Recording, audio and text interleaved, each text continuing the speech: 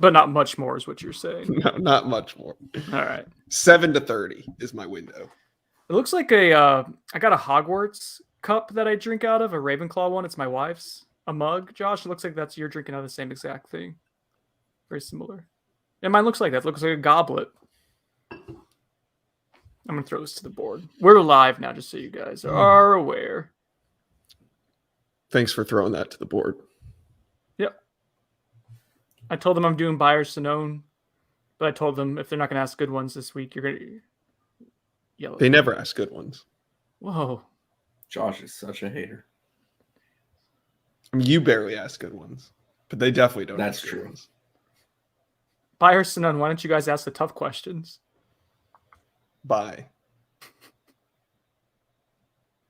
All right, so we're live. So we're going to tape this as a live broadcast, but you're going to intro the pod, and then I'm going to do the audio version of this on iTunes. Oh, if you wanted to go ahead and post it, yeah, sure. I didn't know if we were or not. You can go. Yep, go ahead. Feel free to do that, Joshua. That sounds great to me. Okay. I wasn't going to post it until tomorrow because I've hit my numbers for the month, and I was going to just post it. I'll let you guys title it since I've been. I thought you nailed the title last time around, personally. I thought it was a great one. Yeah. So did I redeem? Did I redeem myself for the title before? Yes. You restored hope. That was an instant reaction title. Like that was my instant reaction. Just pouring into the title. Sorry. Title should have been Josh is losing hope then. Don't paint with such a broad brush, as I like to say.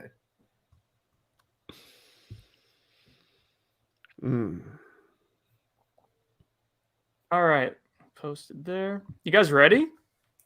Yeah. So whenever we're ready to do the actual pod, just count it down. And oh, yeah. Oh, Chris, you didn't clap. We don't know. 1, 2, 3. That's how we used to sync up audio. No, we did not. So I did on a podcast, my first podcast ever. All right. 3, 2, 1. Welcome to On the Bench. I am Brendan Sonnone, joined by Chris Nee, Josh Newberg. This is On the Bench. I already said that, though, didn't I? But I want people to know that this is On the Bench. I'm saying it 3 times now. On the bench, one more time.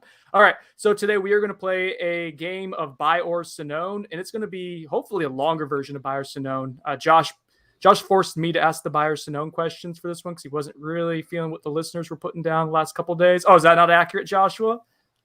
I had no input on this episode. You just asked me to come along because typically this is the Chris Nee and Brendan Sonnone preview pod, and I didn't want to infringe on that. And you just I'm just joining the podcast. I'm just along for the ride. Let's go. I didn't feel like people were going to be super interested in an 0-4 FSU preview against Syracuse. I just didn't feel like that was going to move the needle. So I wanted to go more big picture, fall into some minutia as well, a little combination. Yes, Christopher? Buy or Sonnone, that's a bigger indictment on Syracuse. Ooh.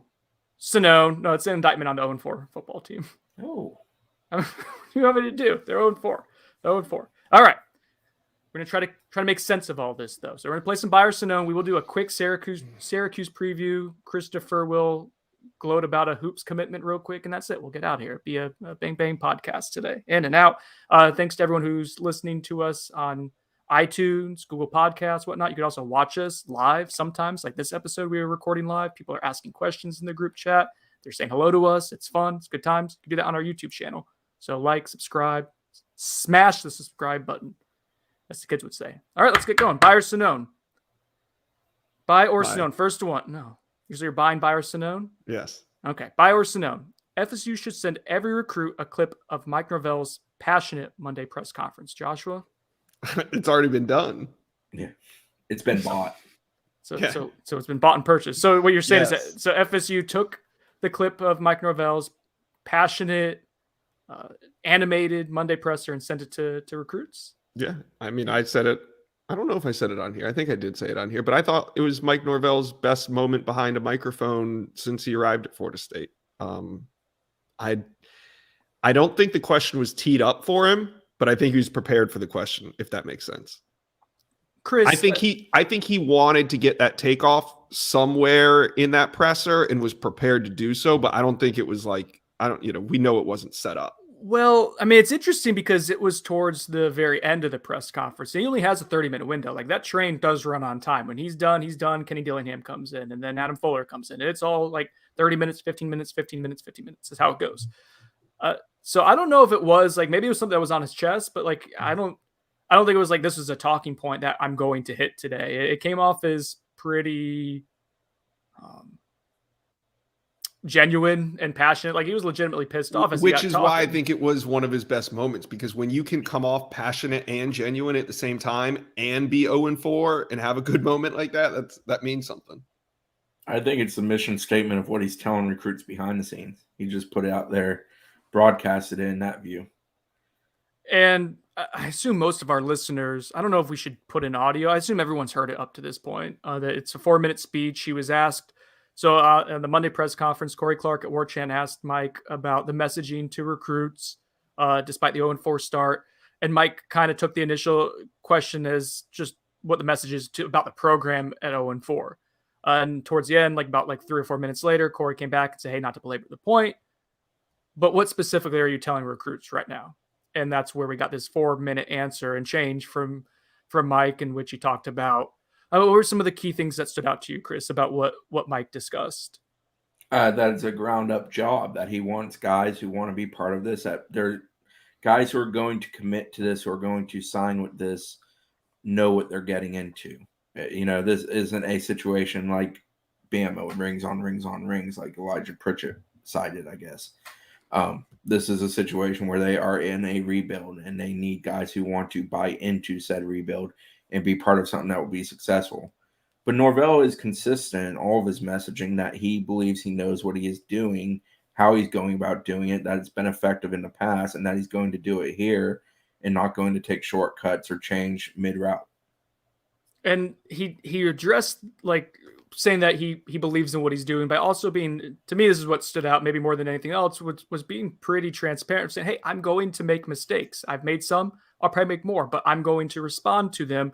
That's kind of what his whole message to his team is. I just thought it was good to be transparent. You saw him almost drop a couple curse words. He dropped pissed off, but I thought he almost was maybe an F-bomb potentially that he let out. He stopped himself and never got there. But I thought it was a good moment in an otherwise pretty bleak year without many good moments right now. So let's move on to something else recruiting related. We're going to stick with recruiting for a few topics here for Sonnone. And this one comes in the wake of Elijah Pritchett, the 4-star offensive tackle from Alabama, picking Alabama. No, wait, is he Georgia? He's West Georgia. He's almost Alabama. It's basically Alabama.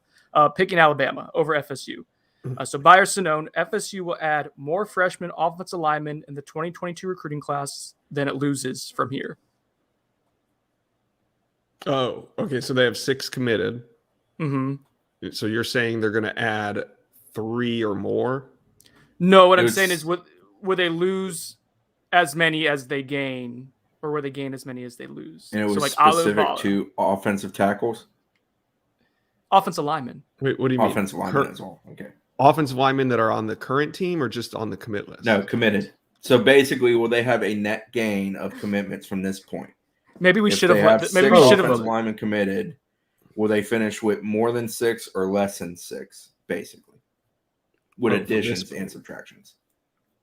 We should have probably just let the users ask questions based on how bad this has been so Probably less, but there's a reason why they took 6. Remember at the end of the summer when everybody was saying, Josh, how are these numbers going to work out? What about Armello? What about Pritchett? What about Eston Harris? What about this guy and that guy and that guy? And I said the numbers are going to work out. I don't just say it because it's fun to say.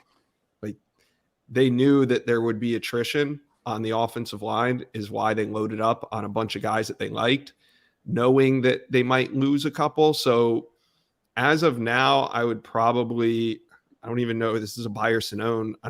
I guess take the under. I don't even know what the question was. By or Sonnone, FSU will add more freshman offensive linemen in the 2022 class than it loses offensive linemen in the 2022 class. But from this point moving forward. Yes. So if Aluba, this was a terrible basically, question. if Aluba leaves for Georgia, will someone else enter the class to replace him? Do they have any other freshmen who will be committing in this class? Any 2022 kids? Jesus Christ. I got the question. I understood it from the get-go. It's about net gains. I don't think they'll have a net gain. I think they will lose more than they gain. So I guess I am Sonnoning it. Thank you, Christopher. Chris gets it. Josh is just being difficult. I will add to this discussion. I wish there was not what seems to be sort of a lull in FSU's pursuit of Eston Harris.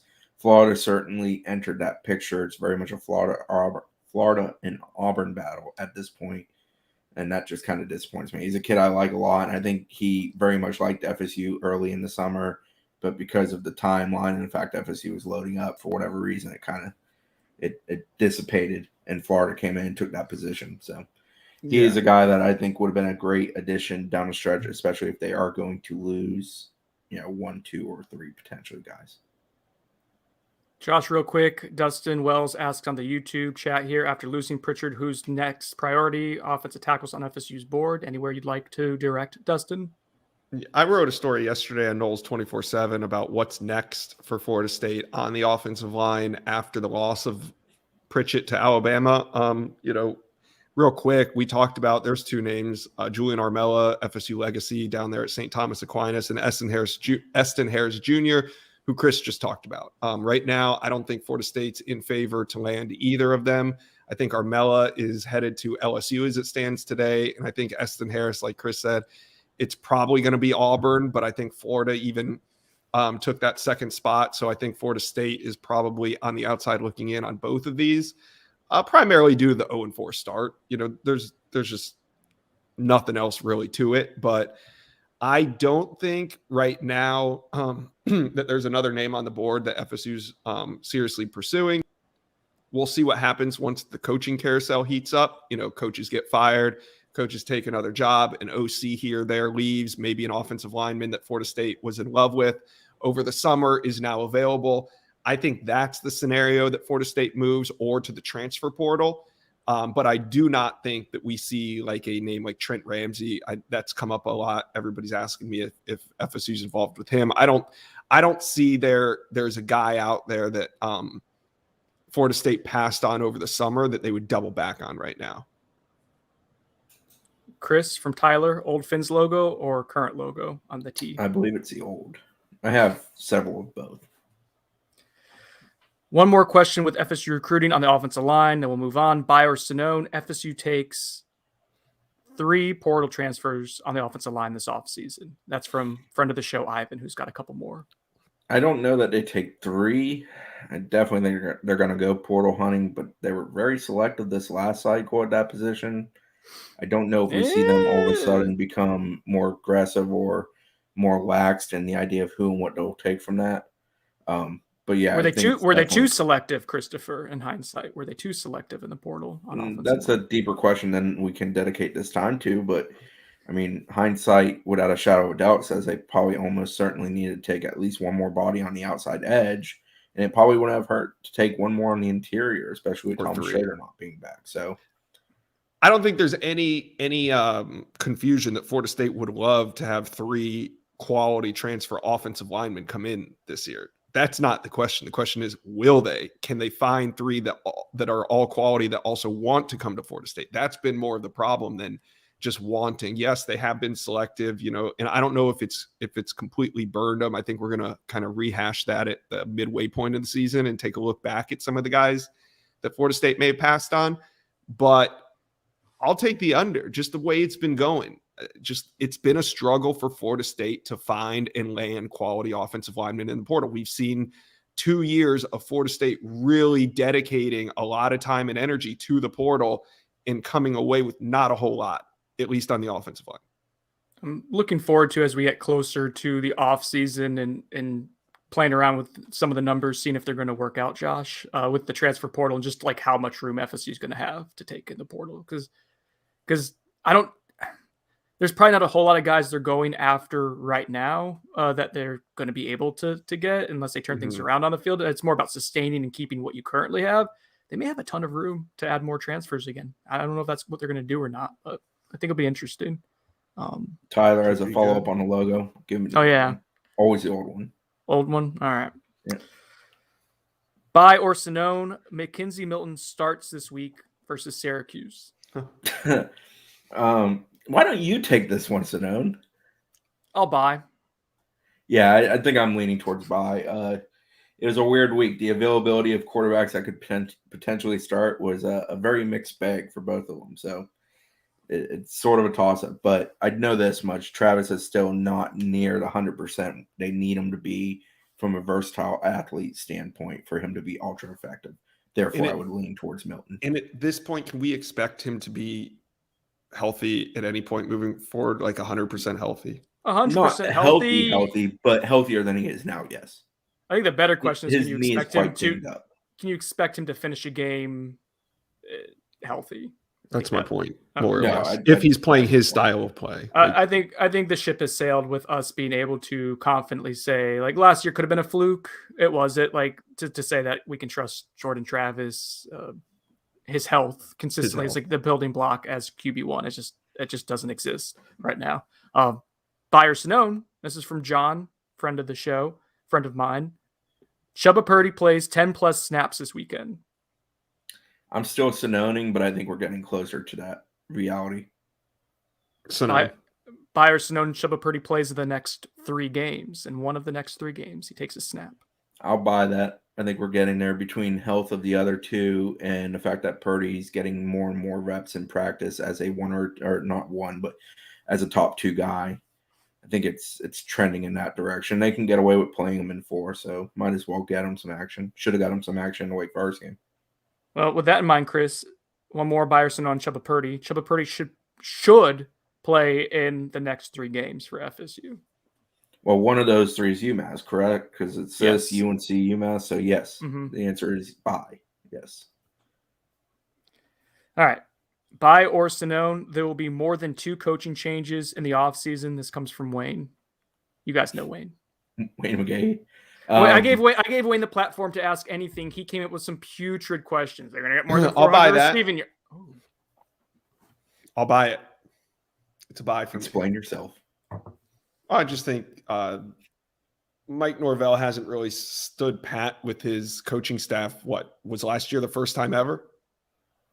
I believe it was, yes. As a head coach, I think last year was the first year that he had the consecutive staff roll over. So I think there'll be some attrition. And I just think, guys taking other jobs and the coaching carousel will get moving, and I think we'll have some turnover this year. Yeah, I think 2 is a good number in the sense of if you're setting a line, I'd probably lean towards buy on the number 2. But everybody's so hungry for fire this guy, fire that guy right now. As we've kind of said in past pods and on the message board and in articles even, we don't expect mid-season changes to happen, barring a situation where basically the hand is forced. Right. You know, Brendan, who would be the 2 two coaches? first halves of Louisville? Who would be the 2 coaches you fire after the season? Oh, we didn't say anything about firing coaches. I'll put them on the board. Should we put out like potential? Well, how about this? Buy or Sonnone, Randy Shannon will be an on-field assistant next year. This is also from Ivan. I will Sonnone that. I don't think it will be at FSU. I don't think Randy's taking a lesser position at FSU, and I don't think he'd be the defensive coordinator if there were to be a change there at FSU. Well, so I do disagree. And some of that is personal desire. I don't. If FSU makes a change at defensive coordinator, Randy Shannon is not the person I want to be hired as defensive coordinator, and that's not supposed to be a slide against Randy or anything. But it's time for FSU to hire a big boy defensive coordinator the next time they're in that market, because that side of the ball has been a mess for a long time. I have a weird feeling about this, but I have a feeling that I think Kevin Steele's name could be involved in this if there's a change at DC. Put it up on the hot board. No, don't, because Adam Fuller has a job. That'd be rude. Let me ask this then. Blake Garfinkel asks, Buyer Sonnone, Adam Fuller will be Florida State's defensive coordinator next year. I'll answer it because I know you guys don't want to, which I think is telling. I know I want to. I just want to let you. Sonnone, I made it up. So Sonnone, I didn't make it up. Blake asked. Sonnone, I Sonnone it. I don't think Adam Fuller's training direction to where he will be retained for the 3rd and final year of his contract. He's allowed to turn things around, but I'm Sonnoning it. Okay, that he returns. Gotcha. That he returns, yeah. Yeah, I've had a concern since NC State last year. Jacksonville State this year certainly didn't calm those concerns with the way that game concluded and the decisions that were made specifically by the coordinator. And, I mean, first half's like Louisville, very quickly think you have a guy who may be packing his bag. So I guess I do have to Sonnone it. I mean, I have too many doubts to be buying it. I'll put it that way. Yeah, for us to be turning our heads in the press box and asking, like, do we think he makes it out of tomorrow when it's a halftime and you've given up 300 plus yards and 31 points? Like, I think whether that's even like realistic or not, I know Josh said he doesn't think there'll be anything in the season that happens. Like, the fact that Chris and I are having that conversation, I think probably points to where like the fan base, some boosters are like that we know just how hot that seat is for him. And when I talk about not being in the season, that's not like my personal opinion. That's not what I think should happen. That's just based on me having conversations with people behind the scenes. And having done this for 11 years and covered coaching changes through the Fisher, the Taggart, and now Norvell. At Florida State, it's not just like Nick Saban making a decision and all of a sudden it happens. There's a lot that goes on behind the scenes for changes to be made here. And typically you start to pick up on it before it actually happens. So I'm just saying that I don't think there's a movement to make a change during the season, like we've all said. And that's just not my opinion. That's based on people within the program. But afterward, I would Sonnone it. Okay. If things keep going the way they are, right? It's not like that's why it's hard to say we're a quarter of the way through the season. If things continue, a third. We're now a third of the way through the season. And if things keep going this way, then yeah, there's going to be a change. That's not like a profound statement or anything. Kind of in line with that, Sonnone, FSU's defensive performance in the second half versus Louisville was fool's gold. Christopher, I'm buying that wholeheartedly.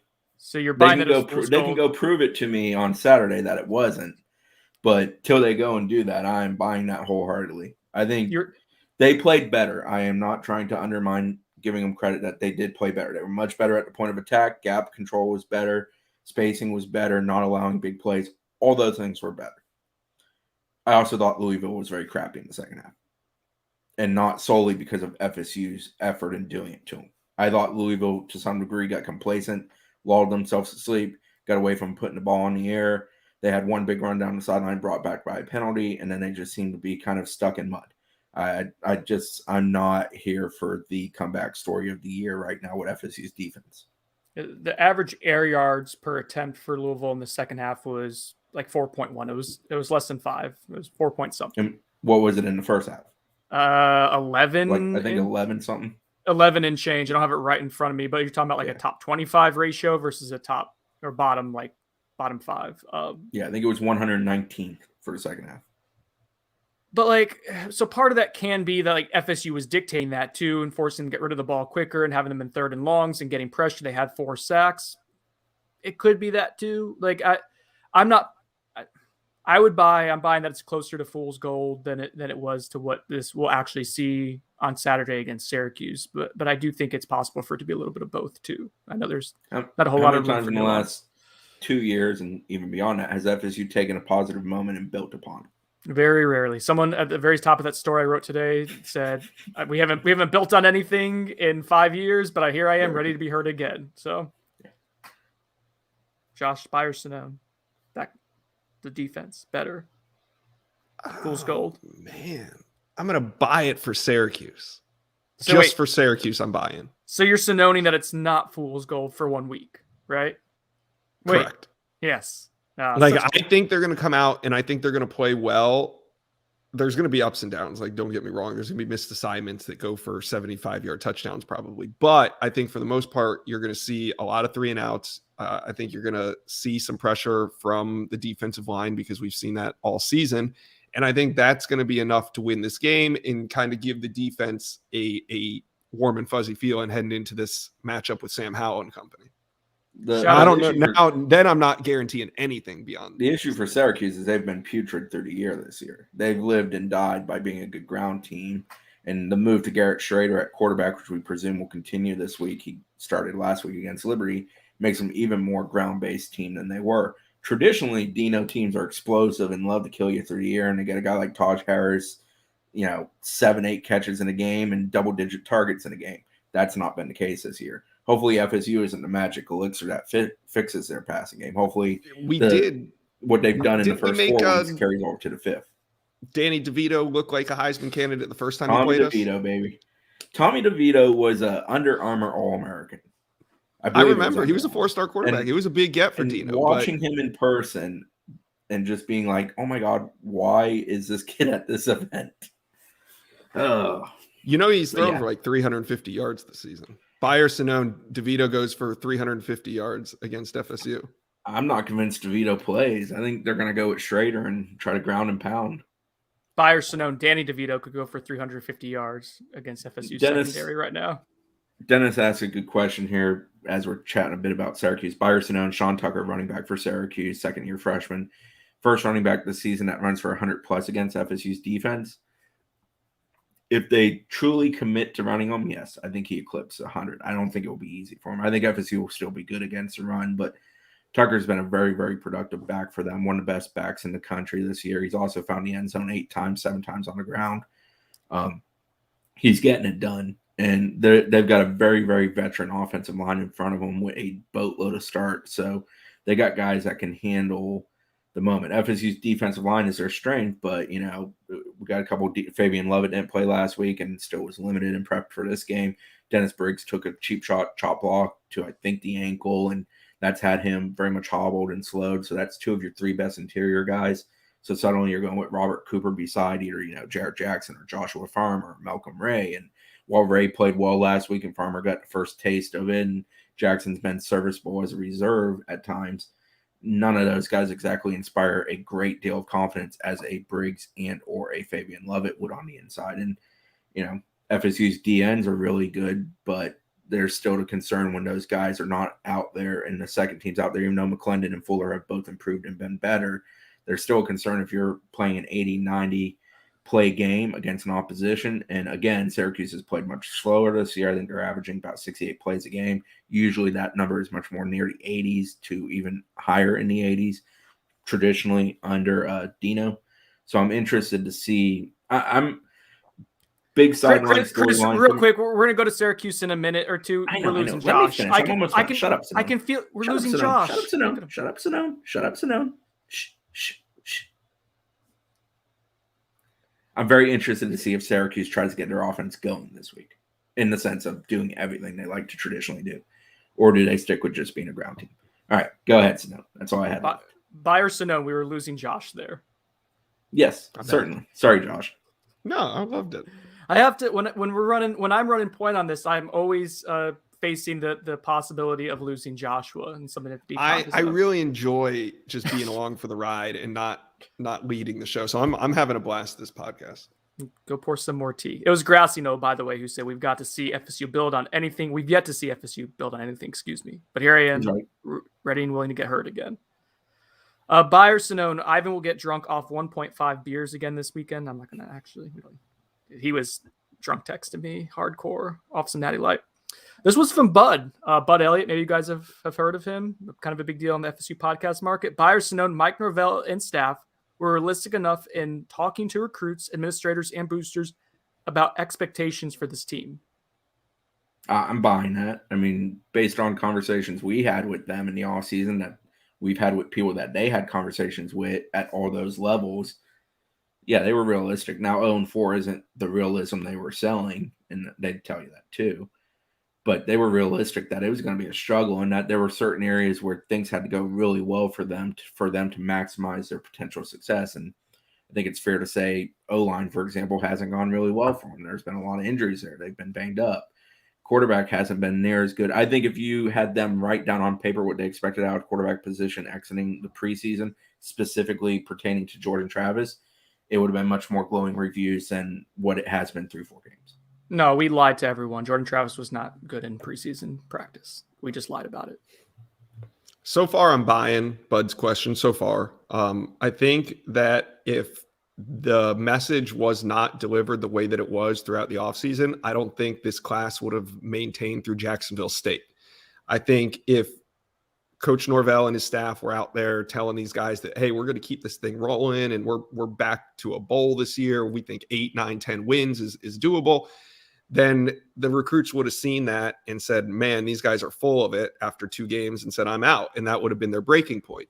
I think because of the message that was delivered, the breaking point was hired or raised. I don't know what you want to call it. So that means, do these recruits have a breaking point? Is it true that Florida State could lose every single game and Mike Norvell's message is going to hold steady?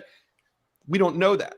There could become a breaking point, but through 4 games, Florida State still maintains their commitments. Not one recruit has strayed, not one recruit has put out a letter respecting his decision.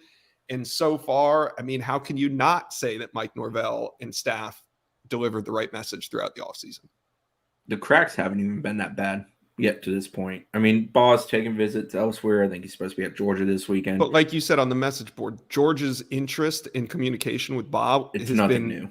exactly the same as it was in June as it is right now. People are just noticing it more because Florida State's 0-4 and Georgia's beating the crap out of people. Yeah, and there's Tay Woody, Auburn, Travion Williams with the 2 in-state Mississippi schools, and now LSU trying to jump in the water and get involved in that and get them on campus this weekend.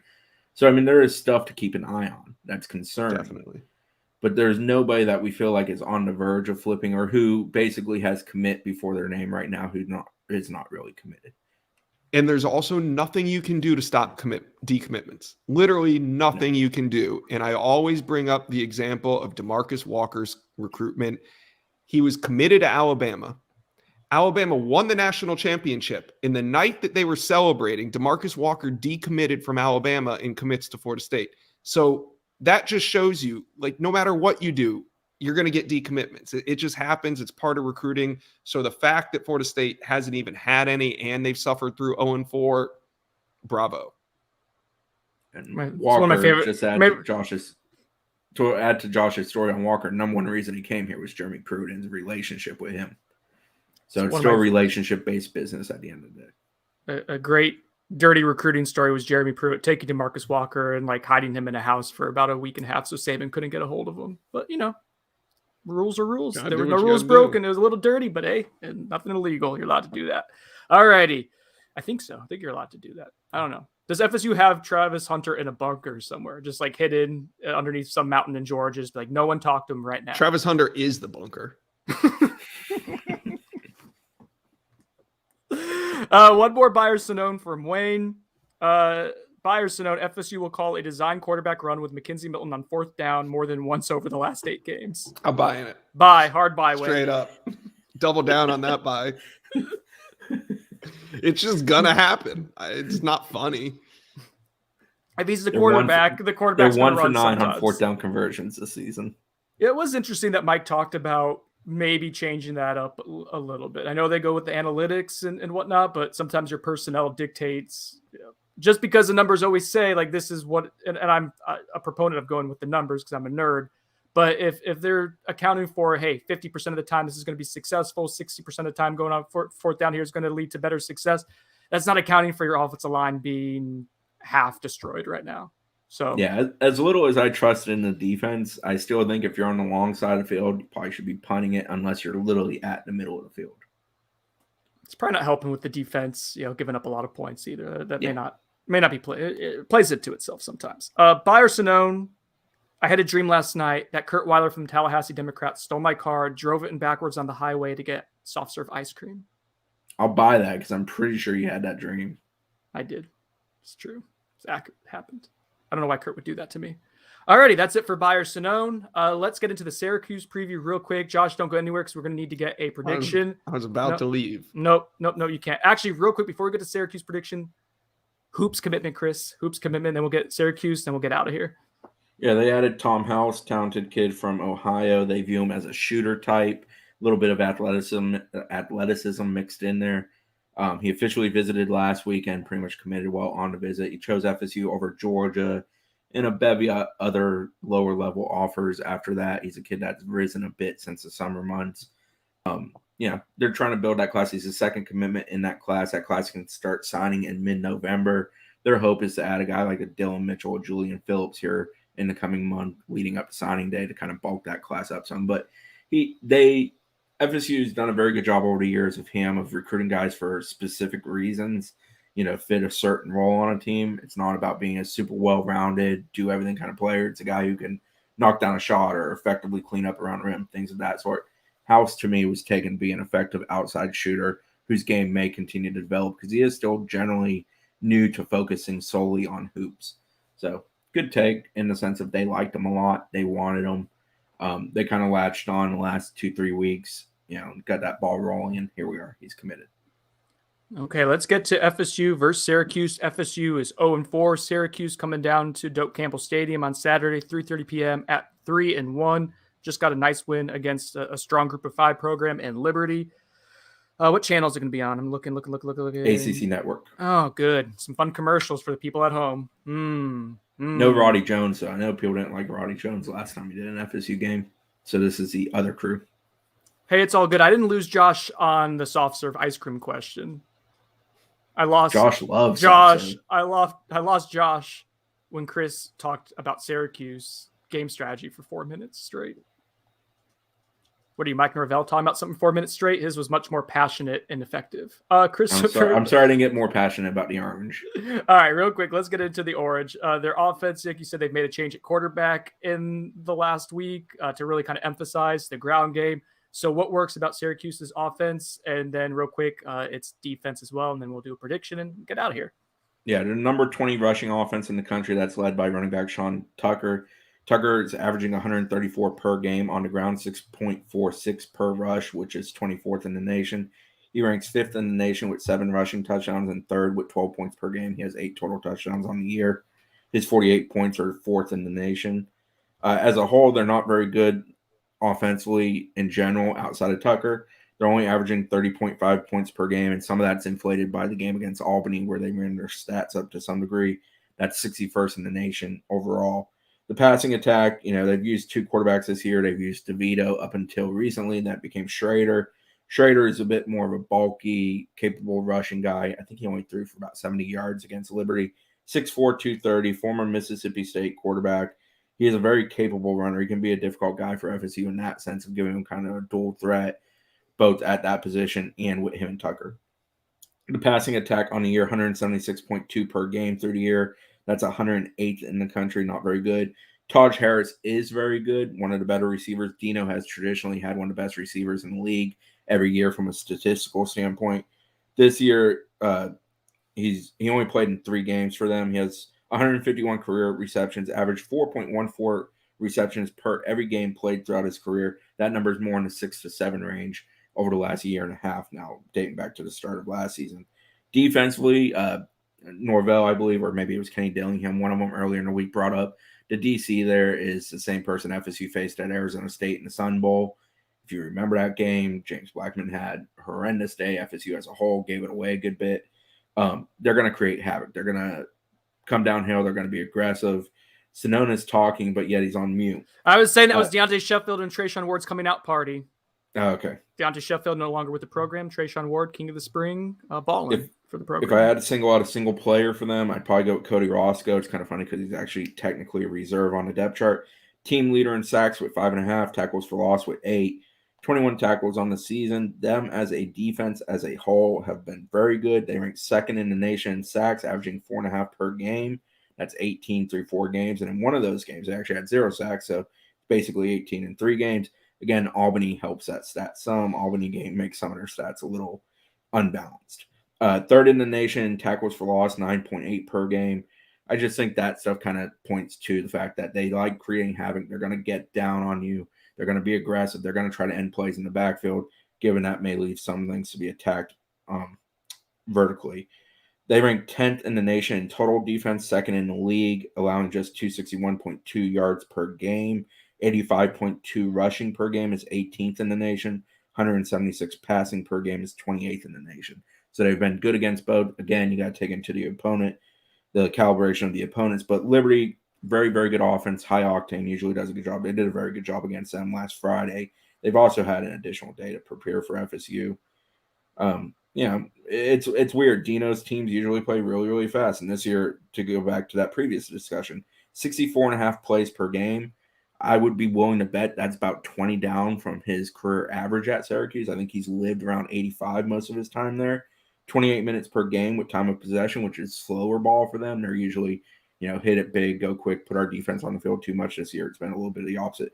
13 rushing touchdowns on the season, just 2 passing touchdowns as a team. Despite the havoc they create on defense, they haven't created a lot of turnovers. They're 96 in turnover margin at negative 0.50 through 4 games. They've gained 3 turnovers, 2 fumble recoveries, which is somewhat luck, and 1 interception. And they've given it away, I believe it's 4 times in those games. Or I'm sorry, 5 times in those games. 3 interceptions and a pair of lost fumbles. Only other player I'd mention is linebacker Michael Jones. I believe he was at Clemson before. That sounds right, Josh? Sounds familiar. Kid. Mm-hmm. He's a good tackler for him. He's one of those guys that will clean things up when the havoc doesn't happen in the backfield. So he's kind of a name to know. Okay, Christopher, you were the only one of us 3 who got your prediction correct last week. Josh stole my thunder there when I was trying to get creative and pick. Well, at the time was you rode my wave. Upset. That's not what happened. It was the opposite. You rode my wave. So, Chris, I will give you the honors of doing your score prediction first. Because FSU has been so good at run defense and Syracuse has been so run heavy, I think I'm leaning towards FSU, but I'm hesitant. The spread's what, 4.5 to 5.5 FSU's favor, I believe it is. It opened up at 5 and change. Hang on, let me look. Or was it 6? When I looked at Sportsline Sportsline this morning, I saw 4.5 to 5.5. Okay, which is kind of initially the initial movement. I don't think it's moved a ton since I then. think it will be a very tight game. I'm very uncomfortable, truthfully, picking either team. I don't think either team's particularly very good at a lot of things. Little worried about FSU's O-line being banged up. Even though Scott's probably back and Smith's making a go of it and going to try, I think they still have, those 2 are both banged up. Other guys are banged up. That group just is not healthy and has not been healthy. So a team creating havoc against that concerns me. Hell, I'll go FSU 26-25. Like I'm not confident either way. I think FSU will play a little bit better as a whole in the sense of not being their own worst enemy. And Syracuse racks up penalties like a crazy man. They're one of the most highly penalized teams in the country. So, I think that's an area FSU can actually have an advantage. So, yeah, FSU, but I don't feel very good about it. Flip a coin. That's basically how I feel. Okay, got a tepid coin flip from Christopher. Josh, you hung around for this moment. What do we got here? FSU, Syracuse, score prediction. Florida State 29, Syracuse 21. Wow. So I predicted an FSU loss with my Q&A with Stephen Bailey, so I'm going to stick with it over Cuse Nation, 24/7 Sports affiliate. I'm going to stick with it. Syracuse 31, FSU 28. But here's what I will say. I'm going to do my part for an FSU win. They're 0-4 this season, and I think I know why, guys. Since we've gone to this whole YouTube video thing, I try to class it up and wear my 24/7 Sports t-shirt, and I haven't recorded any pods with the tank top. That's right. Tank top Thursday is going to break the curse. Throwing my loss prediction out the window. FSU 31, Syracuse 28. Knowles win. I might change my so Syracuse for tomorrow. Syracuse won 62-24 against Albany, but you can throw that game out to a slight degree because, well, it's Albany. Liberty, they won 24-21. Rutgers, they lost 17-7. Ohio, they won 29-9. So you're expecting them to score more points than they have in those 3 games. FSU or Syracuse? Sorry, my dog was here. Syracuse. Wait. I mean, I'm not buying in that this is a defensive revival by Florida State by any means. All right. How about we predict Miami, Virginia plays tonight, and then UF Kentucky is also this weekend. You guys got any thoughts on that? I think UF beats Kentucky. I don't think they have a hangover effect. And I think Richardson is supposed to be healthy for that game, so that helps him at the quarterback position. Miami, Virginia is a tough one because, man, those 2 defenses, both stink. I mean, Virginia's giving up touchdowns every damn time they go on the field, and Miami doesn't like tackling. So, and they're back in Miami again for this. It's at Miami. I'll give Miami the slight edge because I think they're pretty desperate right now that they really need one, that they need to. But is try to King get playing tonight? Back on the tracks? I don't know. I don't think so. Buddy, I'm covering a bad football program right now. I don't have time to pay attention to a second. Buyers, no, I'm just kidding. He'll be back for the time FSU's ready to play him. He'll be 100% by then. Is how this program's luck goes. Lane Kiffin is a win against Alabama away from being able to call his shot. Like, I think he's already in a great position. If he wants a good job, he could get a better job. What I should say. But he's about to be able to call a shot if they upset Alabama and his offense goes and hangs 40 points, 50 points on them. Lane Kiffin, Basically head saying Lane coach. Kiffin for USC again. I was I going did- to say Miami. I don't think Miami, I think right now Miami could maybe have a chance at him. I think if he wins, I think he could be, if he wins and then that turns into, Ole Miss winning 10, 11 games this year, if he beats Alabama, he'll be able to call a shot. He'll be above Miami. I don't think Miami's in the position to poach a successful coach. I just personally like the fit of Lane Kiffin I do with too. Miami. I do too. I was on Bianchi's radio show during the FSU's coaching search, and he had asked about Lane Kiffin coming to FSU, end up hiring Mike Norvell. And my response was, in hindsight, maybe I shouldn't have dismissed Lane Train. I love watching that offense. Now, he doesn't really give a flip about defense, but, I still think Alabama wins. But I am interested. I'm also interested in Georgia, Arkansas, because while Georgia's defense is unbelievably ferociously good, Sam Pittman against his old club is going to be an interesting one to watch to me. Kendall Briles is a win away from being able to become a head coach, I think. Georgia Southern? I mean, no, those Georgia Southern cats are weird. They want you to run the triple option, and if you do anything differently, they turn on you so fast. I'm interested, though, if they want to stick to that. Still. The boosters, they've tried going away from it before, and when it goes bad quickly there, they turn away from that coach. They turn their backs on him. They have their identity. Paul Johnson is back tour. Oh, Alex Atkins' name. Georgia Southern Hot Boards, guys. Josh, get on Not that. yet. Okay. Not yet. No, I mean, Alex Atkins' time will come, but it's not, this isn't the job and this isn't the time. All right. When Alex Atkins earns his next job, he will truly have earned it because this thing is a task for him. Yeah. All right. For Josh Newberg, Christy, I'm Brendan Sonnone. This has been On the Bench. The 4th or 5th time we said we're on the bench. Thanks for everyone watching. See you guys next time.